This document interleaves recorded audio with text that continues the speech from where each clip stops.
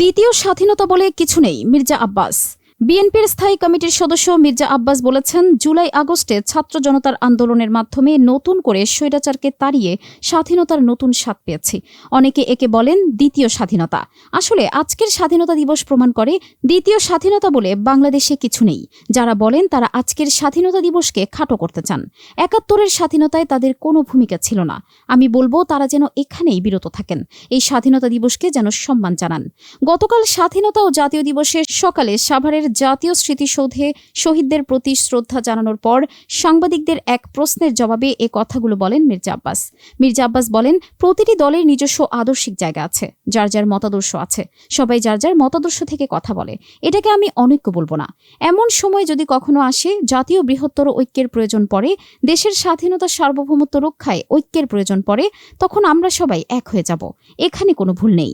জাতীয় নির্বাচন নিয়ে কোনো সংশয় আছে কিনা এমন প্রশ্নের জবাবে মির্জা আব্বাস বলেন, প্রধান উপদেষ্টা বলেছেন ডিসেম্বরে নির্বাচন হবে। আমরা সেখানেই বিশ্বাস রাখতে চাই। এখানে আমরা বিশ্বাসের পরিবর্তন করতে চাই না। নির্বাচন নিয়ে কোনো চ্যালেঞ্জ আছে কিনা এমন এক প্রশ্নে মির্জা আব্বাস বলেন, বাংলাদেশের প্রতিটি রাজনৈতিক দলই প্রতিপক্ষ। নির্বাচন হবে না এমনটা বিশ্বাস করতে চাই না।